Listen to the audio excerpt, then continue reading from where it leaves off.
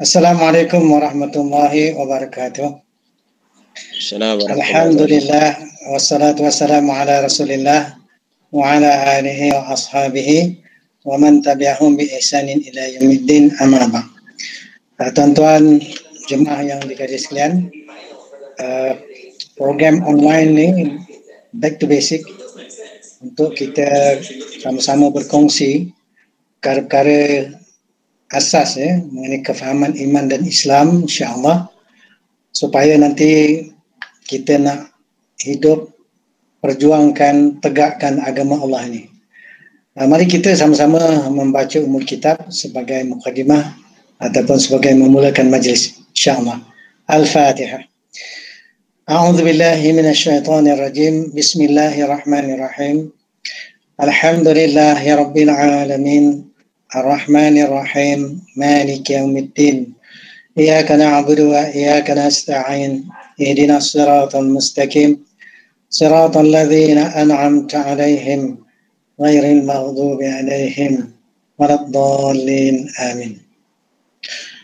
Sidang jemaah yang dikasihi sekalian, kelas ni dah masuk beberapa siri. Mungkin ada yang kali pertama. Ahlan wa sahlan. Selamat datang, selamat mengikuti perkongsian bersama dengan saya. Jadi saya sengaja tahukan kad tauliah mengajar tu dekat sebelah tepi tu, supaya orang tahulah bahawa it is kita kata orang yang ada kelulusan rasmi boleh mengajar di Negeri Selangor dan juga di Negeri Sembilan. Kadang-kadang orang kalau tak tahu latar belakang, dia kata ni pandai-pandai buat kelas ni, ada tauliah ke ni? Ada kebenaran ke? Baik, Alhamdulillah. Saya usahakan dan saya memang ada tauliah mengajar. Baik, sebagai mukadimah. Ini mukadimah kepada kuliah malam ni, kelas malam ni.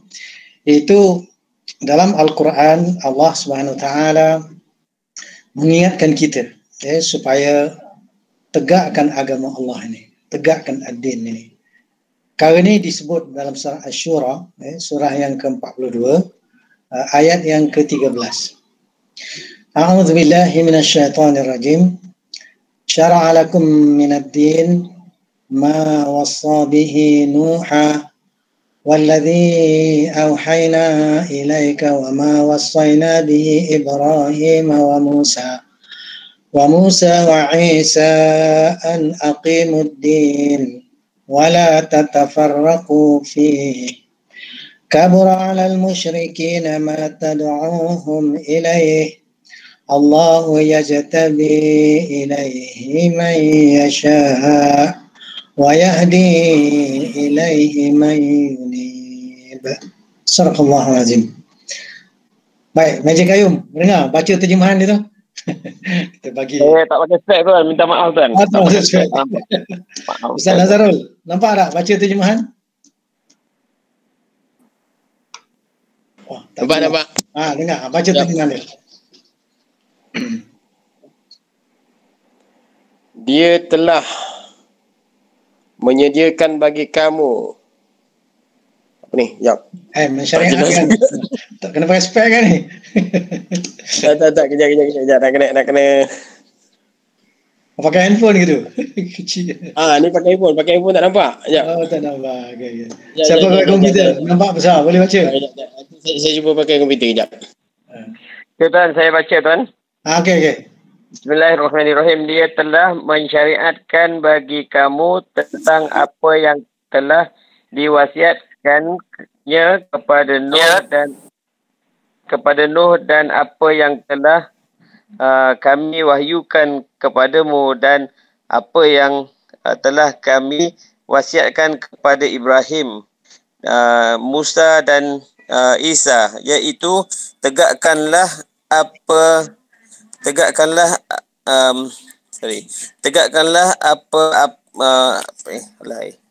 dan janganlah kamu berpecah. Tegakkanlah agama. Itu pokok tadi.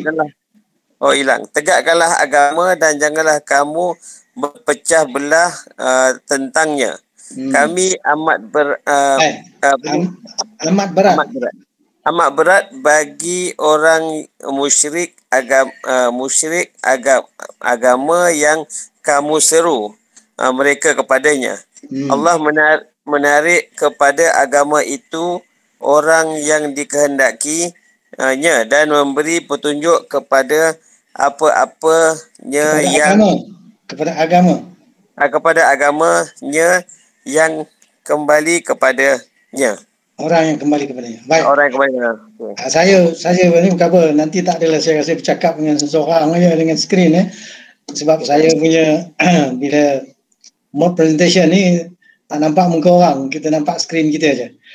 Baik, saya go through daripada ayat ni balik semula. Syara'a lakum minad din, syara'a mana? Telah mensyariatkan ia. Lakum bagi kamu, mana Allah telah mensyariatkan bagi kamu minad dini, daripada ad-din itu. Jadi ad-din ni Allah Ta'ala telah mensyariatkan dia. Bila din Allah, agama Allah ni syara'a lakum, telah ia syariatkan bagi kamu. Ma wasa bihi, apa yang telah dia wasiatkan ataupun apa yang telah juga dia wahyukan, apa yang dia telah beritahu dengannya Nuhan akan Nabi Nuh. Jadi Nabi Nuh dulu pun Allah juga yang syariatkan agama ni. Wallazi auhayna ilaika, waktu dan allazi yang auhayna telah mewahyukan oleh kami ilaika kepada engkau. Begitu jugalah yang telah Allah wahyukan kepada engkau wahai Muhammad. Allah juga yang mensyariatkannya. Syara'a lakum minad din. Wa ma wassayna bihi Ibrahim, dan apa yang telah kami wasiatkan, apa yang telah kami ajarkan dengannya Ibrahim, Nabi Ibrahim, wa Musa dan Nabi Musa, wa Isa dan Nabi Isa. Apa ni, kena tutup mikrofon, saya buka dah. An aqimuddin, an bahawa aqimu, dirikan oleh kamu ad-dina, ad-din itu. Jadi Allah Ta'ala dia yang mensyariatkan agama kepada rasul-rasul terdahulu, termasuk juga Nabi Muhammad sallallahu alaihi wasallam. Kemudian Allah kata aqimu, dirikan oleh kamu ad-dina, ad-din itu. Jadi ad-din yang Allah syariatkan, ad-din yang Allah tetapkan, ad-din yang Allah buatkan peraturan-peraturannya, Allah yang tentukan halal haram, betul salah, apa saja yang Allah telah tetapkan daripada agama ni, Allah kata aqimu, dirikan oleh kamu akan agama ni. Wala tatafarraqu fi, dan jangan kamu bercerai-berai padanya. Jangan bercerai-berai dalam kita berpegang kepada agama ni. Jadi kalau kita tengok ayat lain, ada Allah beritahu wa'tasimu bihablillahi jami'a wala tafarraqu. Itu dalam surah Ali Imran. Allah kata berpegang teguhlah dengan tali Allah ni kesemuanya. Wala tafarraqu, dan jangan kamu bercerai-berai. Jadi berpegang kepada kitab Allah, berpegang kepada agama Allah, dalam mendirikan agama Allah, itu yang kita semua kena bersatu dan jangan bercerai-berai padanya. Jadi perintah Allah kepada kita ni.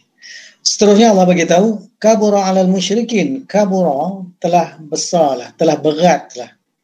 Dalam tafsir biasa kabura dia saqilah, makna berat atas orang-orang musyrik. Orang musyrik rasa berat. Ma tad'uhum ilaih, apa yang kamu seru mereka kepadanya. Jadi orang musyrik, orang kafir Quraisy, untuk menerima dakwah Nabi SAW yang Allah terangkan ini, perkara yang sangat berat. Susah dia nak terima, susah dia nak ikut, susah dia nak laksanakan, susah dia nak tunduk patuh kepada ajakan dakwah Nabi SAW. Maka kita jangan jadi golongan yang macam orang musyrik, payah, berat, susah untuk menerima ajakan, seruan untuk menegakkan agama Allah ini. Seterusnya Allah kata Allahu yajtabi ilaihi man yasha. Allah yajtabi, dia memilih, ilaihi padanya, man yasha'u, orang yang dia kehendaki. Allah dia nak pilih, itu hak Allah. Kita tak boleh pertikaikan. Dia nak pilih siapa, itu hak Allah Ta'ala.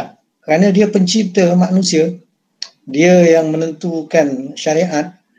Jadi dia nak pilih siapa saja, itu milik ataupun hak Allah Ta'ala. Wa yahdi ilaihi man yunib, dia menunjuk kepadanya may yunibu, orang yang dia kembali. Mana orang yang kembali kepada Allah, maka yang ini kerja manusia. Manusia kena berusaha untuk kembali kepada Allah Ta'ala supaya nanti Allah tunjuk. Wa yahdi ilaihi man yunib, Allah menunjuk kepadanya orang yang dia kembali. Jadi dalam sudut tu kita kena faham, ya. Allah Ta'ala kalau dia nak pilih siapa saja, hak dia.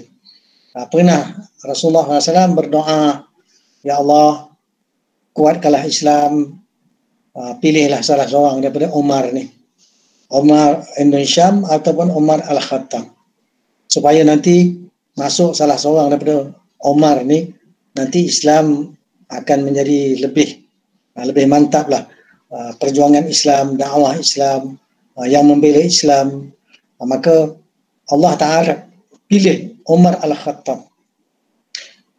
Kita tahu kisah Umar al-Khattab, dia sampai dah berjalan galas pedang nak pergi bunuh Rasulullah SAW, tapi adalah perkara-perkara yang berlaku sehingga akhirnya dia masuk Islam. Jadi itu Allah nak pilih, dan doa Rasulullah SAW Allah makbulkan, dengan Allah pilih Umar al-Khattab, bukan Umar ibn Hisham. Umar Hisham ni Abu Jahal, Abu Jahal Abu Lahab. Baik, maknanya mereka yang menentang Islam, kalau Allah nak pilih, itu hak Allah Ta'ala. Namun sebagai manusia, apabila didakwahkan, Allah beritahu wa yahdi ilaihi man yunib, Allah menunjuk kepadanya orang yang dia kembali. Yunibu, dia kembali. Maka ini kita sebagai manusia yang diuji, maka kita mestilah buat pilihan yang betul supaya kita kembali kepada Allah, kembali kepada agama Allah. Dalam ayat lain Allah Ta'ala dia bagi tahu, walladzina jahadu fina lanahdiyannahum subulana. Orang yang bersungguh-sungguh pada kami, bersungguh-sungguh pada jalan kami, kami akan tunjuk mereka jalan-jalan kami. Jadi dengan kita mengajak manusia kepada Islam, mengajak manusia kepada Al-Quran, maka insya-Allah dengan cara itu juga akan membuka laluan untuk Allah tunjuk kita lagi, Kerana Rasulullah SAW pernah sebut dalam satu hadis yang ringkas, hadis yang panjang tapi saya ambil potongan hadis, waman da'a ilaihi huda ila siratin mustaqim. Orang yang mengajak manusia kepada kitab Allah, maka huda ila siratin mustaqim. Pasti orang tu ditunjuk pada jalan yang lurus. Baik jemaah sekalian, ayat ni sebagai mukadimah ni nak mengingatkan kita bahawa Allah Ta'ala dia yang mensyariatkan agama Allah ni. Kemudian Allah Ta'ala suruh kita tegakkan agama Allah. Jadi bagi kita umat Islam, terang jelas Allah kata apa? Inna ad-dina 'indallahi al-Islam. Sesungguhnya ad-din di sisi Allah adalah Islam. Dan kalau orang cari lain daripada Islam, Allah kata apa? Wa may yabtaghi ghairal islami dinan falan yuqbala minhu. Orang yang cari lain daripada Islam sebagai din, sekali-kali tidak akan Allah terima daripadanya. Maka adinul Islam inilah yang kita nak usaha kaji dengan lebih kita kata mendalam dan menyeluruh, iaitu sebagaimana Islam yang Rasulullah dan para sahabat amalkan. Kita hidup di akhir zaman ini memang dalam keadaan umat Islam hari ini berpecah belah, dan perkara ini adalah perkara yang Rasul SAW telah sebut akan berlaku kepada umat ini. Dalam hadis lain ada Nabi SAW terang beritahu, taftariku ummati ala 73 millah. Berpecah umatku ni kepada 73 millah, mana kelompok agama. Jadi pecahan yang banyak. Dan yang merisaukan kita bila Nabi kata umat ni berpecah-pecah kepada pecahan yang banyak, kulluhum finnar illa millatan wahidah. Yang berpecah-pecah ni tak selamat, semua masuk neraka, melainkan satu golongan sahaja. Jadi sahabat bila dengar perkara itu, dia bertanya, man hiya ya Rasulullah? Siapa dia yang satu ni yang ada jaminan selamat daripada neraka?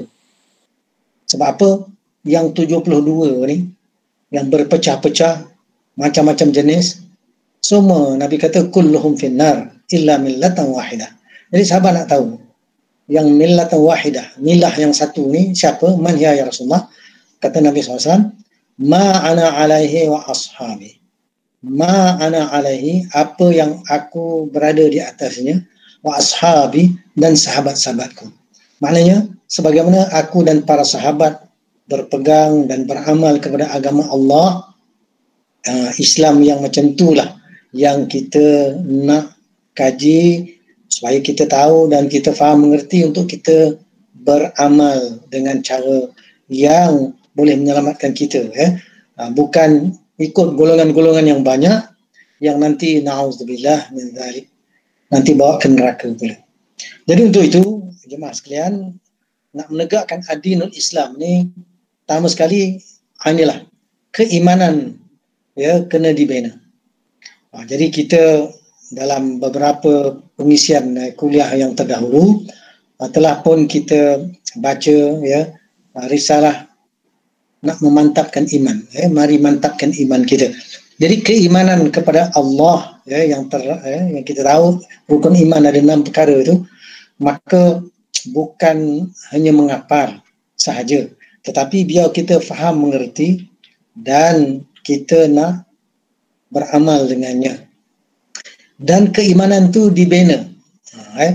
Mana beriman kepada Allah, beriman kepada para malaikat, beriman kepada kitab-kitab, beriman kepada para rasul, beriman dengan hari akhirat, beriman dengan qada dan qadar, baik buruk tu Allah Ta'ala punya ketentuan, Allah yang menentukan.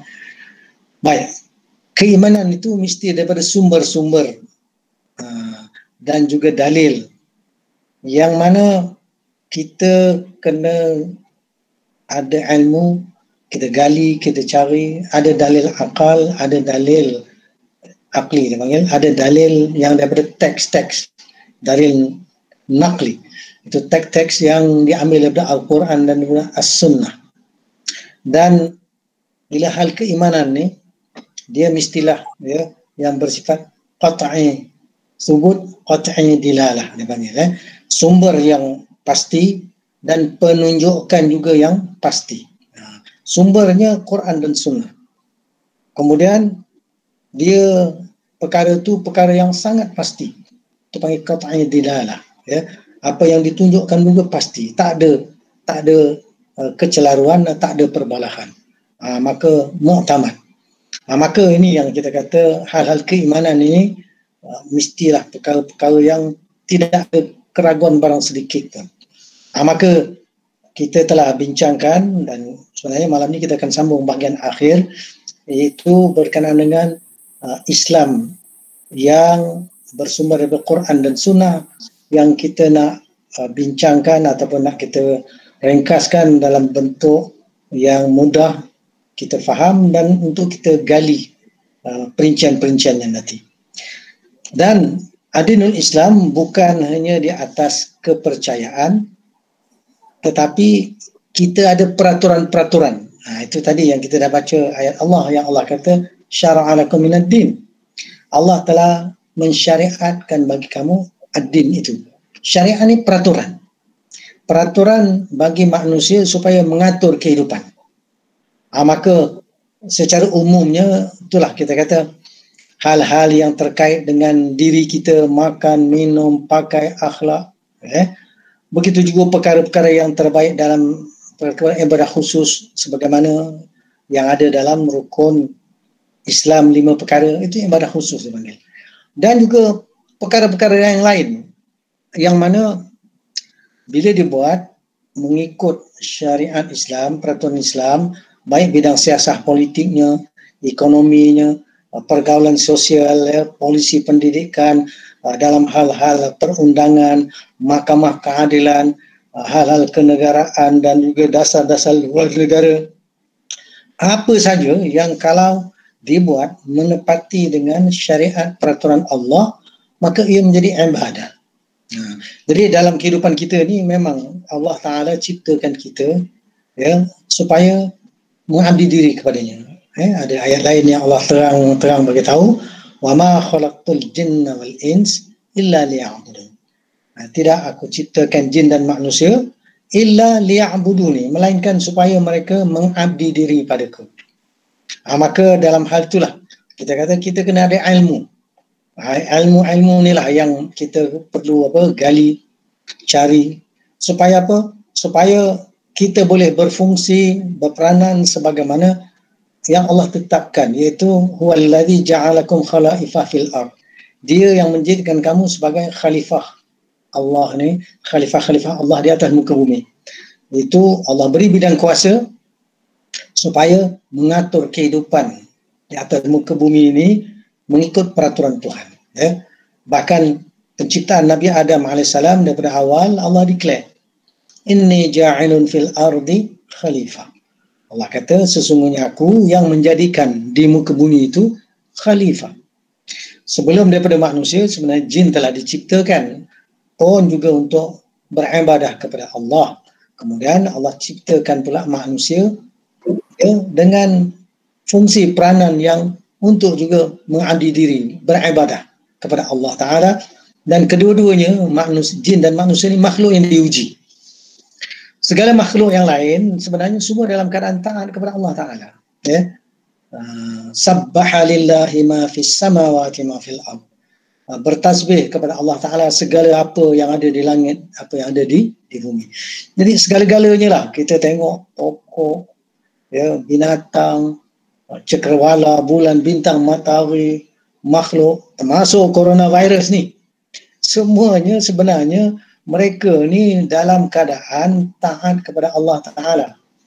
Mereka, Allah sebut yang lain, kullun fi falakin yasbahun. Setiap sesuatu itu berada di atas falak masing-masing tu mereka berjalan, berenang, ataupun mereka berada di atas landasan hidup masing-masing.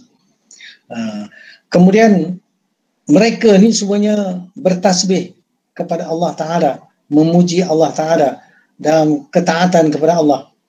Kita je tak faham. Ya Allah kata, walakin la tafqahuna tasbihahum. Tapi kamu ni tak faham tasbih mereka ni.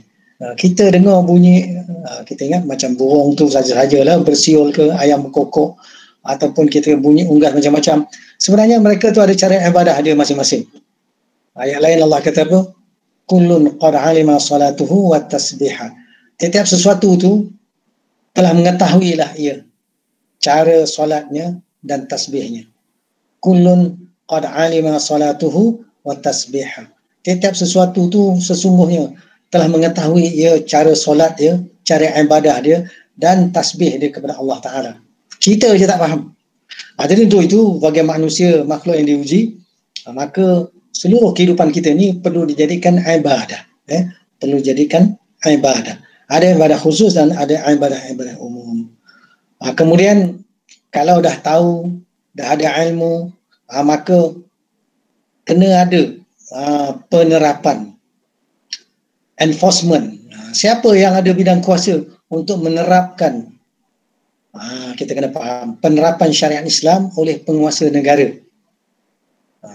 Para penguasa, para pemerintah, kita kata para penguasa kerana dia ada kuasa. Dia nak menerapkan syariat Allah atau dia terapkan yang lain, inilah yang kita kata perkara besar yang perlu kita faham. Iaitu kalau dia tak terapkan syariat Allah, maka kita kena muhasabah.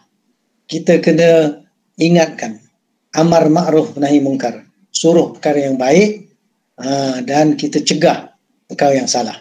Kita kena mengingat pesan memesan, tawasau bil haq, pesan memesan dengan kebenaran. Ayat lain Allah kata tawasau bil marhamah, pesan memesan dengan kasih sayang. Jadi kita nak semua kita berjaya dan selamat. Maka kita kena ingatkanlah, siapa sahaja yang ada bidang kuasa, maka kena kuat kuasakan hukum Allah, syariat Allah dan peraturan Allah. Jadi kalau sebagai suami, maka dalam keluarga, maka dalam komuniti, kadang-kadang ada organisasi, di peringkat lebih tinggi adalah yang mengatur urusan umat, itu siasah politik Islam sebenarnya. Maka perlu diterapkan syariat peraturan Allah dalam semua bidang macam kita bincang tadi lah. Bila diterapkan itu, barulah dapat selesaikan pelbagai masalah umat, ya. Maka agama Islam pun terpelihara, terjaga, ya. Dan kemudian Islam tu dikembangkan ke seluruh dunia. Itulah sebagaimana negara Islam Madinah yang membawa Islam, didakwahkan, dibawa Islam tu ke seluruh dunia. Bukan dunia Arab saja, dunia Parsi, dunia Hind, ya, ke dunia Melayu, ke dunia Cina, wilayah yang dikuasai oleh pelbagai bangsa dan bahasa. Di utara Afrika, di kawasan Mesir, bawa sampai ke Morocco. Kemudian kita tahu wilayah yang di bawah Rom pun dibuka, Anatolia dibuka. Sekarang ni kita kata Turki sampai ke Konstantinopel, Byzantine Timur. Islam tu berkembang, ya. Begitu juga kita kata Islam berkembang sampai ke wilayah-wilayah yang di bawah kekuasaan Cina. Memanglah mula-mula Tatar, Mongol tu serang Baghdad, tapi akhirnya mereka pula masuk Islam dan mereka pula ambil dakwah Islam, kembang sampai ke dinasti Ming, ya. Dan kita tahu Laksamana Cheng Ho, dia adalah orang Islam dan dia buat pelayaran, ya, mengikut jalur laut untuk mengamankan wilayah di bawah kita kata kekuasaan Islam. Kerana dengan kita tahu Islam itu berkembang ke Nusantara Melayu, maka kerajaan Islam di Aceh, kerajaan Islam di Demak, kerajaan Islam di Melaka, kerajaan Islam di Terengganu, di Sulu, di wilayah Nusantara Melayu, ya. Maka kita tahu Islam itu berkembang. Maka di sinilah yang kita kata Islam yang kita perlu tegakkan adalah Islam yang kafah. Ini perintah Allah Ta'ala. Ayat lain Allah kata apa? Ya ayyuhalladzina amanu udkhulu fis silmi kafah. Orang yang beriman, masuklah kamu dalam Islam itu secara keseluruhan. Jadi nak menegakkan ad-dinul Islam inilah itu yang Allah kata aqimuddin. Dirikan oleh kamu akan ad-din tadi, ya. Jadi dalam perbincangan kita yang terdahulu, ya, tuan-tuan dan puan-puan kalau ada, jadi kita dah bincang, ya, sebagai peringkat awal untuk pemantapan iman. Maka kita dah bincang dulu, ya, daripada bab pertama, apakah tanggungjawab kita sebagai manusia ni, ya, kewajipan. Mestilah nak kenal pencipta kita, supaya kita kenal dia, supaya kita boleh bersyukur kepada dia dan kita beribadah mengabdi kepada dia. Maka kita kena cari. Kalau kita tak kenal lagi, alhamdulillah kita dilahirkan dalam keluarga Muslim, kita dah kenal siapa pencipta kita, itu Allah Ta'ala. Namun bagi orang yang tak kenal lagi, maka kita kena dakwahkan, ajak mereka. Dan manusia ni bila dia nak suruh berubah, maka yang akan mengubah dia adalah akal fikiran, cara berfikir dia, ya. Kalau dia berfikir untuk buat sesuatu, maka dia akan, ya, orang kata dia akan usahakan. Jadi manusia ni nak berubah, ubah cara berfikir dia. Jangan berfikir cara yang salah, ya. Jadi macam mana akal fikiran manusia berfungsi telah pun kita bincang, ya. Dan kita tahu bila akal fikiran itu nak berfungsi, otak mesti cergas. Kalau otak yang lemah ataupun mengantuk, letih, memang tak boleh nak fikir. Apatah lagi kalau mabuk ataupun khayal disebabkan oleh salah guna dadah, minum arak. Itu bab kita kata jangan dirosakkan fungsi otak tu. Kerana otak saja kalau ada tak cukup lagi. Dia kena ada ilmu. Kena diisi dalam otak tu maklumat, ilmu, informasi, data. Macam mana nak masukkan ilmu, maklumat, informasi? Menggunakan panca indera. Mata melihat, telinga mendengar, ya, boleh hidung tu bau, rasa dengan lidah, rasa dengan kulit kita, tak kira kulit tangan ke, kulit kaki ke, ya, kulit badan. Jadi kita dapat rasakan sesuatu perkara tu. Maka bila maklumat dah masuk, keluar masuk, nak keluarkan dia macam mana? Kena bercakap lah. kena disebut semula. Begitu juga boleh kita tulis supaya keluarkan idea yang dah ada, ataupun mungkin kita boleh juga dengan sign language. Dengan sign language pun kita kata sebahagian maklumat boleh kita pindahkan. Tengoklah orang yang bisu tu kan, mana dia boleh bercakap, tapi sign language itulah dia boleh faham banyak perkara. Jadi dengan akal fikiran yang ada ni, maka gunakan dia untuk kita merenung diri kita dan alam semesta, supaya boleh kita buktikan dengan penuh yakin bahawa adanya pencipta yang Maha Esa. Jadi dalil akal. Bagaimana kita gunakan akal, dalil akal untuk buktikan adanya Tuhan yang Maha Kuasa, pencipta alam semesta. Pembuktian itulah yang kita bincangkan, bahawa seseorang kalau yang ateis tak percaya kepada Tuhan, maka kita kena ajak dia berbincang supaya nak yakinkan dia bahawa alam semesta ni tak jadi dengan sendiri, tetapi ianya diatur dan sangat teratur dari pelbagai sudut. Kalau kaji dari sudut sainsnya, fiziksnya, chemistry dan macam-macam lah, bahawa mustahil dia by chance, tetapi ianya telah diciptakan, diatur dengan rapi dan sempurna. Maka itulah bukti adanya Tuhan pencipta alam semesta. Siapa dia? Melalui dalil naqli, iaitu wahyu yang dinukilkan kepada kita, yang disampaikan kepada kita, dia adalah Allah Subhanahu Wa Taala. Kita tahu Al-Quran menyatakan, Alhamdulillah ya Rabbil Alamin, segala puji-pujian bagi Allah. Siapa Allah? Rabbil Alamin, Rabb, Tuhan yang mencipta dan mentadbir sekalian alam ini. Dan banyak ayat-ayat lain dalam Al-Quran yang menerangkan bahawa inna rabbakumullah, sesungguhnya Rabb kamu adalah Allah. Allah yang menciptakan langit dan bumi, ya. Jadi kita tahu Allah dialah pencipta manusia dan alam semesta. Dan kita tahu daripada mana? Daripada Al-Quran. So the next step adalah Al-Quran ni perlu dibuktikan benar-benar datang dari Allah. Maka kita telah bincangkan dulu, ya. Al-Quran dia mustahil bikinan Nabi Muhammad, ya. Mustahil bikinan orang Arab.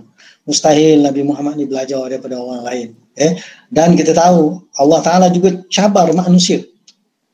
Kalau ragu-ragu, Allah kata apa? Wa in kuntum fi raibin mimma nazzalna ala abdina fa'tu bi suratin min mithli.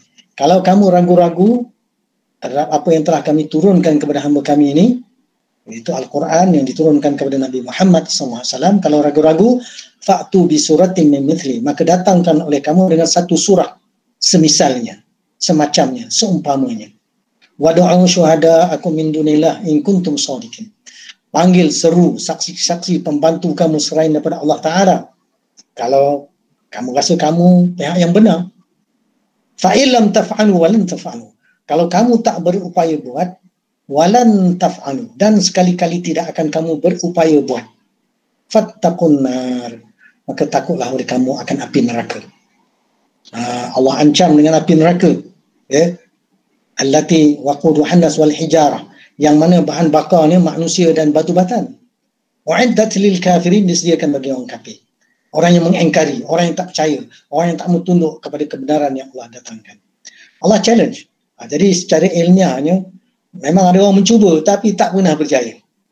Kalau ada dibuat pun surah-surah pendek-pendek yang kononnya dia nak tiru Al-Quran, tapi orang tak percaya, orang pun tak ada nak follow, tak mau nak beriman. Kerana Al-Quran ni jauh lebih hebat daripada surah yang lekeh, yang tak ada taraf sama dengan Al-Quran.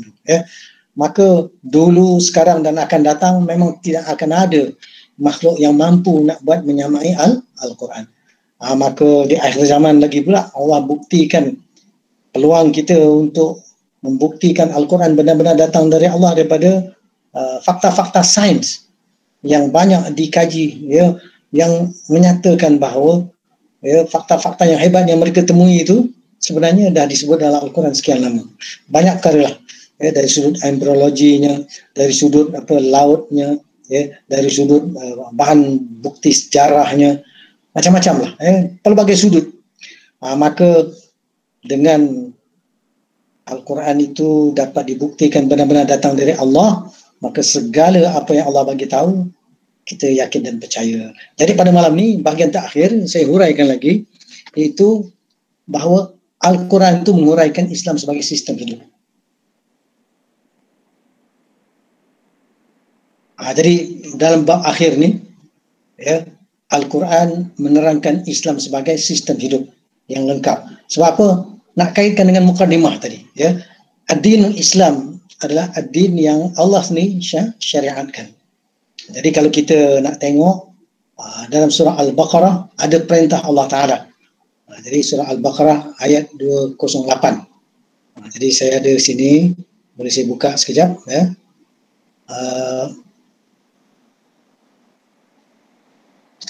Surah apa ni tadi?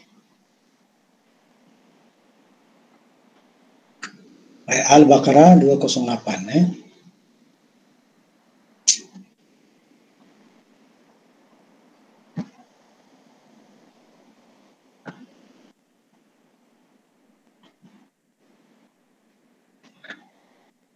Baik, saya sharekan ini, ya, supaya nanti, ya, bagi mereka yang nak merujuk secara khusus, nak dapatkan dia punya tafsir, terjemahan dan tafsir, maka boleh semak nanti. Kenapa? Kerana ayat ni adalah ayat yang menuntut kita supaya masuk dalam agama Islam tu secara keseluruhan. Baik, nanti siapa yang ada cermin mata atau buka komputer, nanti boleh tolong bacakan terjemahan supaya bagi ruang kepada saya tarik nafas, ya. Jadi berat sikit komputernya. Baik Ustaz. Boleh Ustaz. Okey, 208. 208. Okey, saya bacakan teks dulu. A'udzubillahi minasyaitonirrajim. Ya ayyuhalladzina amanu udkhulu fis-silmi kaffah wa la tattabi'u khutuwatis syaitan innahu lakum aduwwun mubin. Fa in zalaltum min ba'di ma ja'atkumul bayyinat fa'lamu annallaha azizun hakim. Sadaqallahul azim. Baik, siapa boleh volunteer tolong baca? Saya. Bismillahirrahmanirrahim. Hai orang-orang yang beriman, masuklah kamu ke dalam Islam secara keseluruhannya dan janganlah kamu turut langkah-langkah syaitan. Sesungguhnya syaitan itu musuh yang nyata bagi kamu. Tetapi jika kamu menyimpang dari jalan Allah sesudah datang kepadamu bukti-bukti kebenaran, maka ketahuilah bahawasanya Allah Maha Perkasa lagi Maha Bijaksana. Sadaqallahul azim. Sadaqallahul azim. Baik, catat ni ayat 208 dan 209. Ya ayyuhalladzina amanu, ya wahai wahai, dua kali seru tu. Alladzina, orang-orang yang amanu, telah beriman oleh mereka. Jadi seruan kepada kita lah, kita yang telah pilih jalan. Ni Allah bercakap dengan kita ni, Allah seru kepada kita. Jangan fikir kepada orang lain, ni kepada kita. Ya. Pasal kita telah pilih jalan iman. Udkhulu, masuklah oleh kamu. Perintah, fi'il amar, masuklah oleh kamu. Fis silmi, dalam Islam itu. Jadi perkataan as-silmi ni dalam tafsir memang tak ada disebut kesejahteraan, tapi disebut Islam itu sendiri. Kafah, secara keseluruhan. Kalau bahasa moden, secara komprehensif, secara total, secara menyeluruh. Masuk maknanya amalkan, ikut, laksanakan syariat Islam ni semuanya sekali. Itulah yang dituntut kepada kita. Wala tattabi'u khutuwatis syaitan, dan jangan kamu ikut langkah-langkah syaitan. Innahu lakum adu mubin, sesungguhnya ia bagi kamu aduun, musuh, mubinun yang nyata.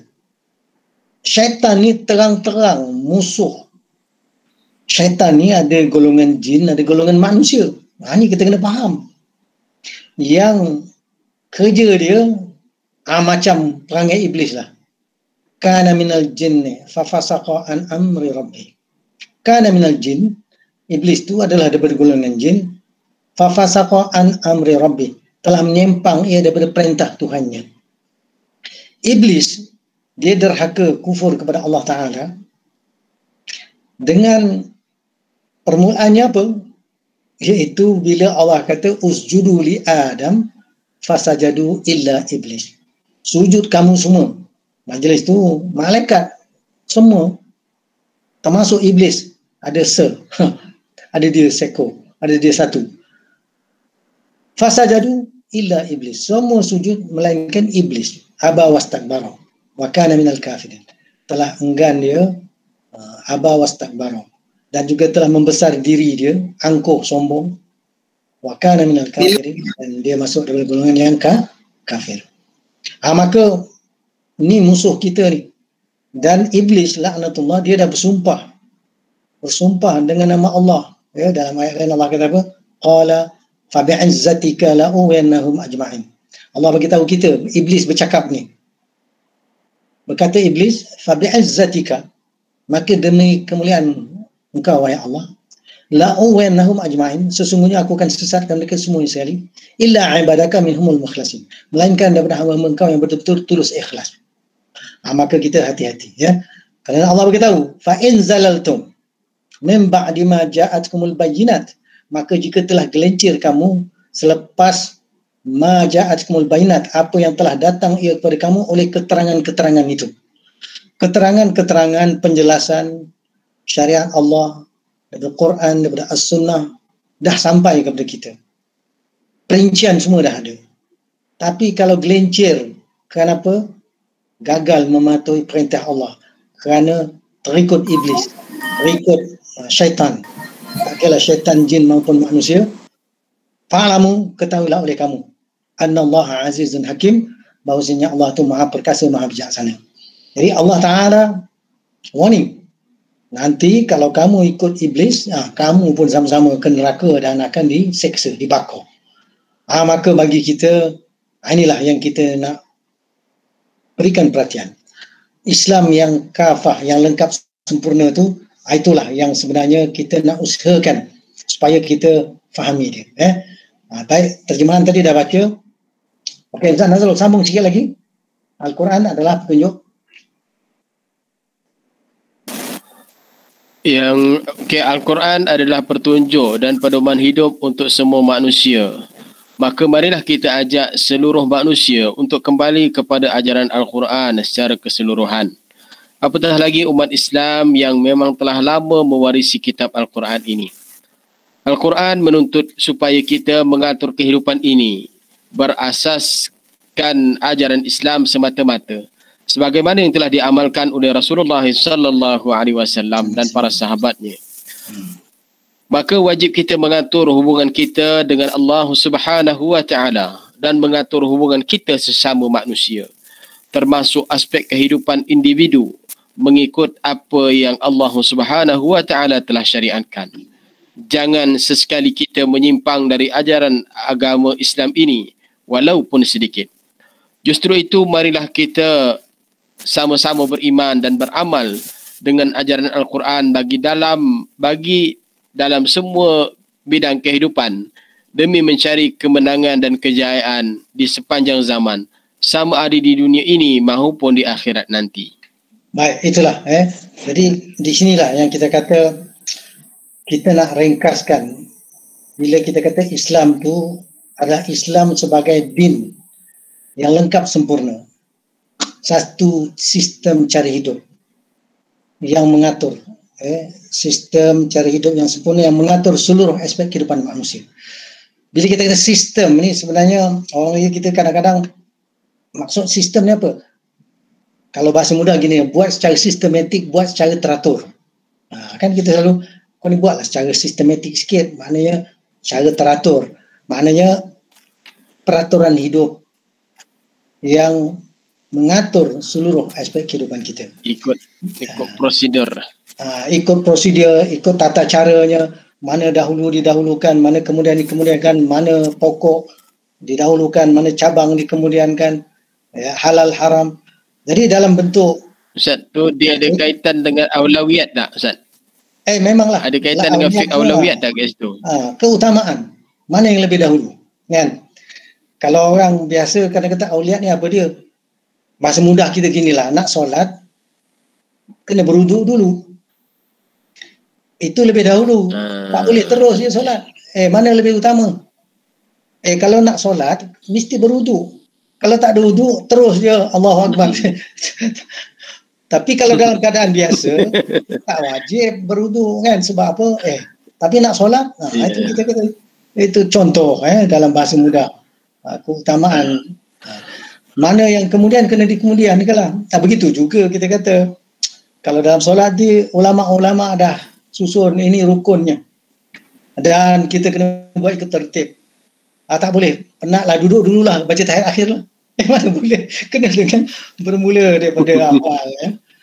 Dimulakan dengan takbiratul ihram. Ya, tahu yang wajib lah. Mana wajib, rukun lah. Mana wajib baca ni. Itu Fatihah. Okey. Apa lagi wajib baca? Tahiyat akhir. Apa lagi wajib baca? Salam. Tadi takbiratul ihram. Jadi bila tahiyat akhir itu masuklah selawat. Yang lain tak wajib baca tapi wajib buat. Kan rukuk. Jadi dalam hal ini susunannya pun mengikut keutamaan. Tak boleh lompat sana lompat sini. Jadi begitu juga macam kita berwuduk. Jadi dalam bab-bab tu kita dah biasa faham dah. Maka dalam bab-bab yang lain pun sama. Mana ikut ketertiban. Ikut tertib. Ikut mana dahulu yang didahulukan. Dan kita kena bezakan yang wajib dan juga yang sunat. Bukan solat aja, semua perkara. Jadi dalam hal ini lain kita kata, dalam hal keimanan, kita dah terbiasa dah daripada kecil diajar rukun Islam 6 perkara, rukun iman 6 perkara, rukun Islam 5 perkara. Menghafal saja tak cukup kerana dilaksanakan. Ini kita dah di akhir zaman masalah haji ni. Dulu bila kita dengar hadis bahawa akan sampai masa sebelum kiamat ni, haji ni terhalang. Sejak zaman Rasul SAW tak pernah terhalang. Jadi macam pelik, apa benda nanti yang boleh jadi terhalang? Kan kita dapat jawapan. Ada perkara-perkara yang menjadikan terhalang. Maka ramai orang nak pergi haji, tak boleh nak pergi haji dah.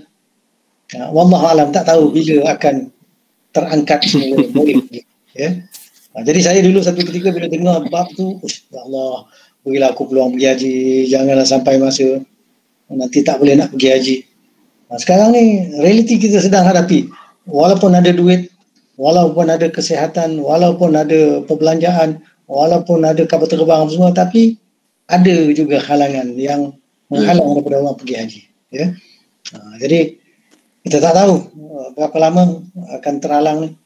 Jadi ringkaskan, kita punya hubungan dengan Allah Ta'ala dari sudut akidah, keimanan dan ibadah khusus. Kemudian hubungan kita sesama manusia, termasuk diri kita ni kena diatur. Jadi kalau diri kita ni diatur, dah biasalah kita tahu makan, minum, pakai, akhlak, kebersihan, kesucian, termasuk kesihatan. Sebenarnya hal-hal yang mungkin tak melibatkan orang lain, kita kena aturkan dalam diri kita ni. Apatah lagi bila berinteraksi dengan manusia lain. Baik. Apa dia? Ini perkara-perkara yang besar, dipanggil muamalat. Muamalat ni amalan-amalan yang kita laksanakan dalam kehidupan. Jadi saya ringkaskan perkara-perkara besar ni, ekonominya, pendidikan, pergaulan sosial, perundangan, mahkamah keadilan, siasat politik, hubungan luar negara, dan macam-macam lagi. Ini saya nak tanya pandangan tuan-tuan perempuan yang ada. Daripada banyak-banyak yang 6 tu, mana yang dipanggil umul faraid? Kewajipan yang ibu paling besar. Boleh siapa bagi pandangan? Boleh perbincangan? Ada orang tak ada orang ni? Ada. InsyaAllah ada. Pemerintahan tuan. Pemerintahan pasal apa pula? Tuan tanya, saya punya pendapat yang tu lah. Okey, boleh cerita sikit apa yang awak faham, kenapa dia nombor 5 yang paling besar awak kata? Rasanya apa yang berlaku ni daripada top to down lah. Okey. Minta Yang maaf lah. Siapa cakap tu? memerintah- Saya tak nampak. Saya tak nampak ada punya ni. Siapa? Syukri tu lah, Syukri. Oh, Syukri. Okey. Mengenai Syukri. Okey. Okey, saya buka dia lah. Sebab yang memerintah ni kita dibagi kuasa lah. Tak kala kita ada kuasa tu, banyak perkara yang kita boleh buat lah. Dalam mengatur kehidupan orang kebanyakan di bawah ini. So, untuk mengikut syariat bagaimana gitu gini. So saya nampak kepentingan dia besar lah di situ. Okey. Ya, tuan. Ada pandangan lain? Tugas kita sebagai hamba dan khalifah dalam memakmurkan muka bumi ini. Di padang mahsyar, pemimpin yang adil berada paling atas sekali, yang dapat perlindungan arash. Jadi untuk memimpin, memakmurkan dengan adil dan saksama. Okey, itu satu pandangan lagi. Ada siapa lagi nak bagi pandangan?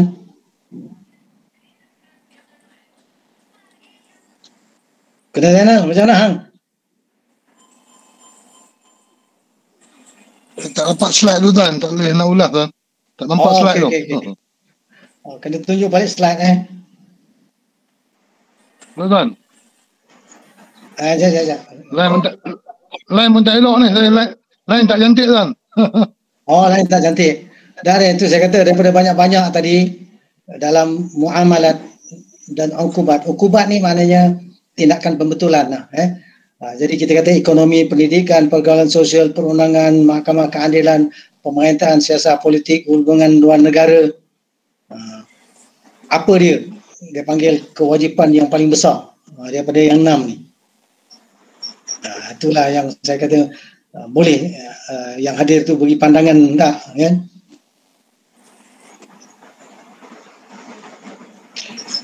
Okey. Ada yang lain nak bercakap? Ustaz, yang paling penting ialah dari segi akidah, hubungan kita dengan Allah Subhanahu Wa Taala, itu yang paling utama sekali lah. Okey, di situ pandangan saya. Okey. Yes, sebab apa? Awaluddin ma'rifatullah. Awal-awal agama adalah mengenal Allah Subhanahu Wa Taala. Jadi itu pegangan utama. Sebab apa? Kalau kita tengok dakwah Nabi SAW pun, kan, Nabi dia bermula gerakan dia tu, dia tak terus-terus pada negara. Dia bermula dengan akidah dulu, pembentukan dan pemantapan akidah dulu di Mekah selama 12 tahun dekat Mekah dulu. Kemudian barulah diikuti dengan yang seterusnya. Kan kalau kita tengok dakwah Nabi SAW pada semasa dakwah secara sir, kan, secara sembunyi-sembunyi, kan, Nabi memperkuatkan tentang akidah. Dia tak terus pada syariat, tak terus pada kita katakan solat, puasa, zakat, haji, kan. Dia tak tunjuk kat situ dulu. Dia tumpu kepada yang akidah dulu. Itu perkara yang pokok. Itu pandangan saya lah. Betul lah tu. Tadi itu yang saya kata tadi. Kita mendirikan ad-din tadi kan dah mula bincang tadi. Iaitu bermula dengan akidah. Lepas tu baru kita tahu syariat. Lepas tu penerapan tadi. Itu saya katakan dalam muamalah.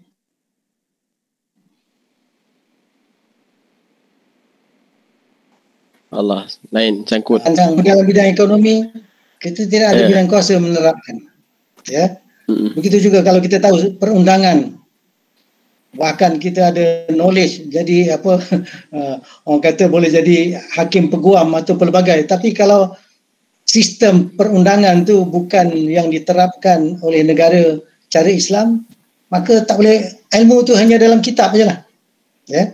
Jadi itulah macam Ustaz Nazarul tadi beritahu lah, memang keseluruhan tadi betul, tapi yang dalam bab ini tadi muamalat dan ukubat, perkara besar sebenarnya adalah pemerintahan, siasat, politik, pengurusan umat. Kenapa? Negara lah yang ada bidang kuasa menerapkan ekonomi.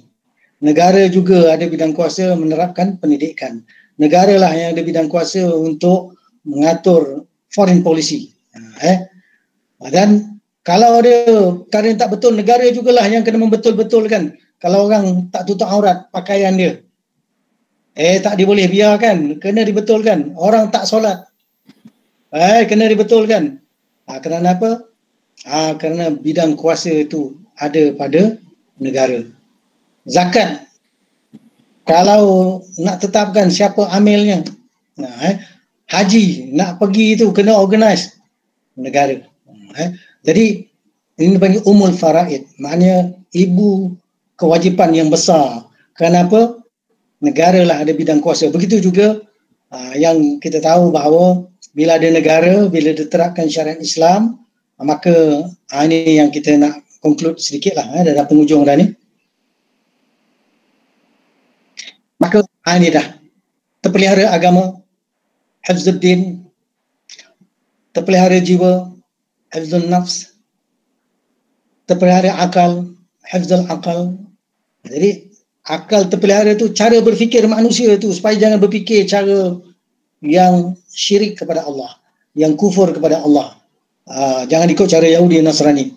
Ya, hifzul nafs, terpelihara keturunan, dan juga hifzul mal, terpelihara harta. Maka bila dilaksanakan syariat Allah keseluruhan, maka tercapailah maqasid syariah tadi. Syariah punya tujuan tu adalah supaya terpelihara semua ni. Jadi untuk itu sebagai penutup lah. Jadi lepas daripada ini, kita akan buka hadis-hadis yang nak tahu macam mana para penguasa patut mengatur urusan umat ni. Sebab apa? Sebab kalau tanya ilmu, sebenarnya secara asasnya kita semua dah ada dah perkara-perkara yang kita kata terkait dengan asas rukun iman dan rukun Islam. Termasuk jugalah bagaimana mengatur diri kita ni. Kita dah belajar lama dah. Makan, minum, pakai, akhlak, kebersihan, kesucian. Kemudian dalam muamalat tadilah yang nanti besok kalau panjang umur, bila kita berpeluang nanti kita akan mengkaji bagaimana nak mengatur ekonomi, macam mana nak mengatur pendidikan, macam mana nak mengatur yang lain-lain. Dan perkara yang paling besar, tanggungjawab negara adalah untuk mengatur seluruh urusan umat ini. Jadi tanggungjawab pengurusan adinul Islam ke atas umat Islam ni ada 60 hadis yang saya ingin kongsikan. Kalau berkesempatan panjang umur, maka minggu depan kita akan mula bacalah satu demi satu hadis ni supaya kita tahu, wah, rupanya banyak perkara yang kita perlu kaji dan belajar. Dan sebenarnya walaupun ilmu tu dah ada, tetapi kalau kuasa yang ada tak mahu menerapkannya, maka dia tinggal dalam kitab sajalah. Yang lebih merisaukan, yang bukan Islam pula yang dikuat-kuasakan.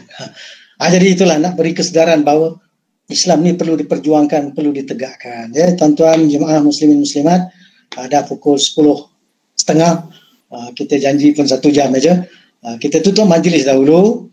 Nanti kalau ada perbincangan, boleh PM tepi ataupun kita kata boleh kita bincang di luar waktu kecederaan.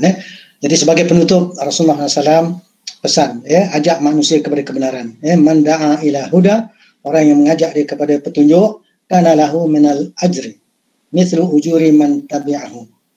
Maka baginya ada ganjaran semisal ganjaran-ganjaran orang yang tengah mengikut iakannya. Jadi ajak kepada petunjuk, ajak kepada kebenaran. Kita buat dapat pahala, orang lain ikut, orang lain pun dapat pahala, pahala dia mengalir masuk kepada kita. La yanqusu dzalika min ujurihim syai'a. Tak dikurangi yang demikian tu daripada ganjaran-ganjaran mereka barang sedikit pun.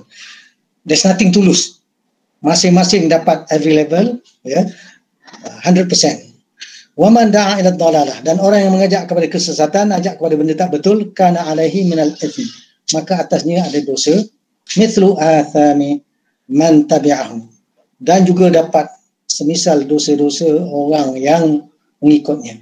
La yanqusu dzalika min athamihim syai'a, tak dikurangi pun yang demikian itu daripada dosa-dosa mereka barang sedikit. Dah dia taja benda yang salah, dia yang promote benda yang salah, batil, dia mempertahankan kebatilan, maka kalau orang ikut sama-sama mempertahankan kebatilan, maka berdosa, dia berdosa, dan dosa-dosa orang lain pun dia dapat sama. Na'udzubillah. Jadi untuk itu, marilah kita ajak kepada kebenaran, dan moga Allah Ta'ala buka pintu kebaikan. Dan kita akhiri dengan doa, Alhamdulillah wassalatu wassalamu ala Rasulillah wa ala alihi wa sahbihi ajma'in. Rabbana atina min ladunka rahmah wa hayyi lana min amrina rasyada. Rabbana hab lana min azwajina wa dhurriyyatina qurrata a'yunin waj'alna lil muttaqina imama. Allahumma khtim lana bi husnil khatimah wa la takhtim alaina bi su'il khatimah. Rabbana iftah bainana wa baina qaumina bi khair wa anta khairul fatihin. Rabbana atina fid dunya hasanah wa fil akhirati hasanah wa qina adzaban nar. Sallallahu ala sayyidina Muhammad wa ala alihi wa sahbihi ajma'in. Alhamdulillahi rabbil alamin. Taqabbalallahu minkum.